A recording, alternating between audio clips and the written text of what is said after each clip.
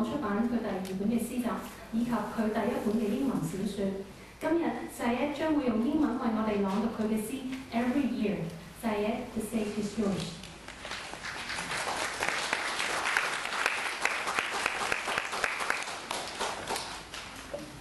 Thank you. I'm going to read an Arabic poem by the name of Every Year. You can find the translation on page 45.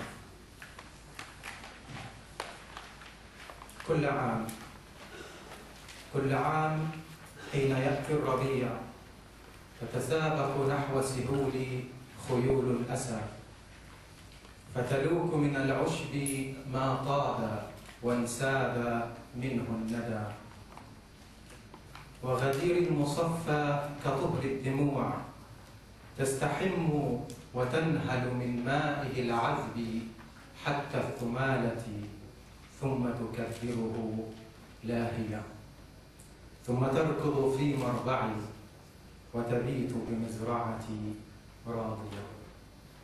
كل عام يتوافد نحو ربوعي طيور الحزن جارحة فتنقر في القلب تقتات من لحمه فرحة وتحط على كوة العين تطعم في مهل تستلذ بشمس الصباح وتبسط في دعة أجنحة وتطير بعيدا بقلب الجريح لتكمل في عشها المذبحة.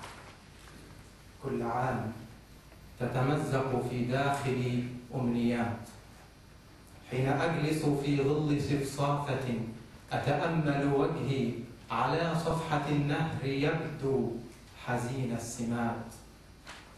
كل عام أرى فيه خطا جديدا على جبهتي تحت عيني ينبئني عن شباب مضى. تتساقط مني الأماني تساقط شعري وشيئا فشيئا أدثرها بدثار عتيق من الذكريات.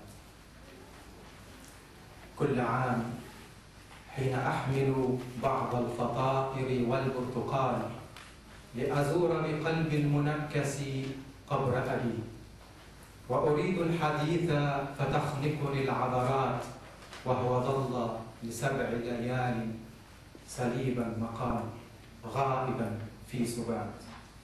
كان آخر ما قاله وهو ينظر في عين أمي فلا تستبين له عن كثب لازميني ولا تتركيني فما تركته إلى أن صحى من سبات الحياة حيث كان العناق عندما التفت الساق بالساق دون افتراق ثم كان الكفن ودفن وأتى للجنازة من كل واد صديق له ينتحب وهو روح تحوم فوق المسير سائلا أين في كل هذا الزحام صغيري يسير هل يجيء متى وأنا في بلاد المنى غافل باقتطاف النجوم بقلب الليال غافل باصطياد اللآلي بجوف البحور وهي نفس النجوم التي أحرقتني